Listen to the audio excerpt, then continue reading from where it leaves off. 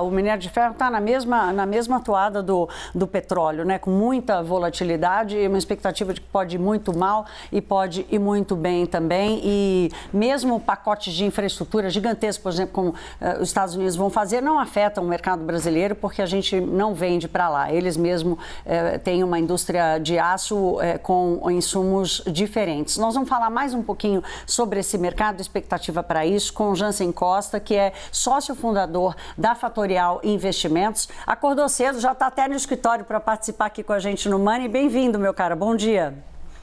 Bom dia, Thaís. Bom dia, Priscila. Bom dia, obrigado pelo convite. Bom dia a todos que estão ouvindo a gente aqui nas 6h30 da manhã. Que bom. Jansen, você acho que conseguiu ouvir um pouco aqui do cenário que nós dividimos, eu e Priscila, aqui, falando da Vale como mineradora, da Gerdau como siderúrgica, ambas impactadas pelo preço do minério, mas o minério também é parte relevante da nossa pauta exportadora, parte relevante do PIB brasileiro. Qual é a tua avaliação para o cenário de agora, olhando primeiro para o Brasil? Bom, a gente tem um grande peso no índice Bovespa sobre Vale, Gerdau e Petrobras, e a dificuldade da leitura, como vocês colocaram perfeitamente aí no quesito demanda, né? A principal demanda de minério de ferro é por parte da China. A China foi a grande demanda de minério de ferro nos últimos anos, e obviamente a gente precisa entender como que esses estímulos na economia chinesa vão ou não incentivar aí o consumo de minério de ferro. E, obviamente, a falta da demanda vai derrubar os preços no mercado internacional. Isso já é claro, nos últimos 12 meses, o minério de ferro já caiu 50%, segundo aí o preço em Dalian. Jansen, tem uma expectativa de que o governo chinês faça alguns estímulos, né? Então o mercado também tem essa esperança de que isso possa reverter um pouco da situação. Queria que você falasse sobre como esses estímulos podem ajudar a reverter essa situação das commodities em meio a uma perspectiva muito forte de desaceleração global, PIB da China muito fraco, e também falando das perspectivas para a nossa bolsa, que, né, os analistas de mercado, vocês dizem que nossa bolsa é uma grande bolsa de commodities, né? Então commodities vão bem, bolsa vai bem, commodities vão mal, bolsa vai mal.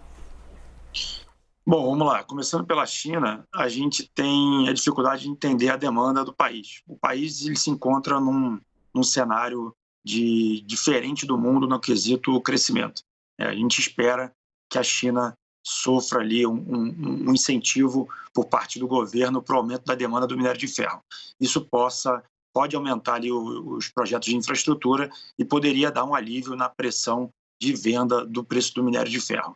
O mundo inteiro está desacelerando, a gente está vendo isso pelos números, saíram os números de inflação, a gente está vendo os números de juros subindo ao longo do mundo inteiro, e obviamente o único comprador de minério de ferro, como vocês bem colocaram aí há pouco tempo, 65% do que a gente exporta é para a China. Então, se a demanda da China desacelerar, a gente vai sofrer no quesito minério de ferro. E sim, o Brasil é um grande exportador de commodities. Grande parte da nossa balança comercial vem por exportações, não só do minério de ferro, como de outras commodities agrícolas principalmente. A gente deve ver um aumento da demanda no pós-guerra. O problema é que a gente não tem visibilidade de quando que a guerra vai acabar. Então, guerras, né, ciclos pós-guerra, são bons ciclos de commodities, e a gente tem uma narrativa que, obviamente, nesse momento ficou por água abaixo, que é a questão do super ciclo de commodities. Então, a gente precisa primeiro entender a demanda para saber a questão do preço. O preço das commodities fica em torno de demanda, oferta e o dólar, né? O dólar forte no mundo geralmente é ruim para as commodities. Jansen, falando especificamente sobre as ações da Vale, que tem maior peso no índice da Bovespa e é uma empresa que chama muita atenção do investidor que quer ir para o mercado acionário, mas ao mesmo tempo tem um perfil mais conservador, não quer correr tanto risco. A Vale, ela consegue acolher um pouco esse tipo de investidor que quer o mercado acionário, mas não quer se expor tanto. Qual a tua expectativa para a performance da Vale aí neste cenário, nessa turbulência toda pela frente? A gente está comentando sobre a turbulência vindo de fora para dentro, né? Mas lembrando que a gente está num ano eleitoral. Então a Vale, ela exporta minério de ferro, que não depende do mercado local, e sim do mercado internacional. Essa commodity, ela é atrelada ao dólar, tá? Então alguns efeitos são positivos para ter Vale na carteira. obviamente o ciclo de commodities é muito mais difícil de você ter uma previsibilidade da geração de caixa da companhia em função de um preço futuro cotado no mercado internacional. Então, ter Vale na carteira faz sentido porque você se expõe menos ao Brasil, mas você depende muito mais do cenário internacional. Só para dar um detalhe importante, o preço do minério de ferro hoje está na casa de $100. A Vale custa produzir aproximadamente entre $40 e $45 o minério de ferro. Ou seja, nesse nível de preço, a Vale continua e continuará gerando muito lucro para a companhia. A grande questão é saber se o preço vai permanecer em $100 ou ele vai cair. Lembrando que uma vez que o preço da commodity ele venha a cair, haverá um desestímulo para a produção. Então, uma vez que diminua a produção, vai ter um choque aí de oferta. E lembrando que não existe só Vale no Brasil, né? Existem outras ações do setor de mineração aqui, como a CSN Mineração, que também é exportadora de minério. Queria perguntar justamente dessas outras ações, Jansen.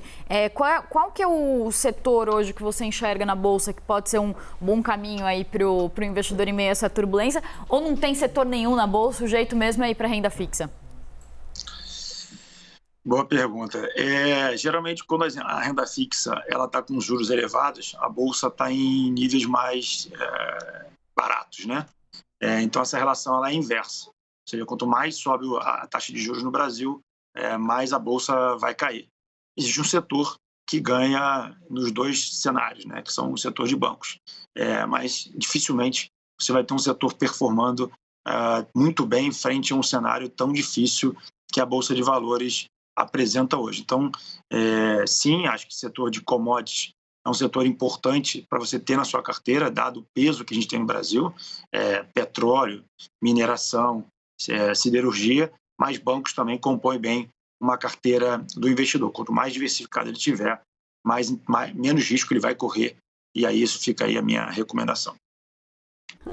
Obrigada. Nós conversamos com o Jansen Costa, sócio fundador da Fatorial Investimentos. Eu estou rindo, Jansen, porque a Priscila me conhece, eu morro de medo de tudo, entendeu? Assim, eu fico perguntando para ela, eu gosto disso porque eu morro de medo de tudo, mas de qualquer forma, ainda mais num ambiente de incerteza como esse, foi bom te ouvir, meu caro. Obrigada, volte mais vezes.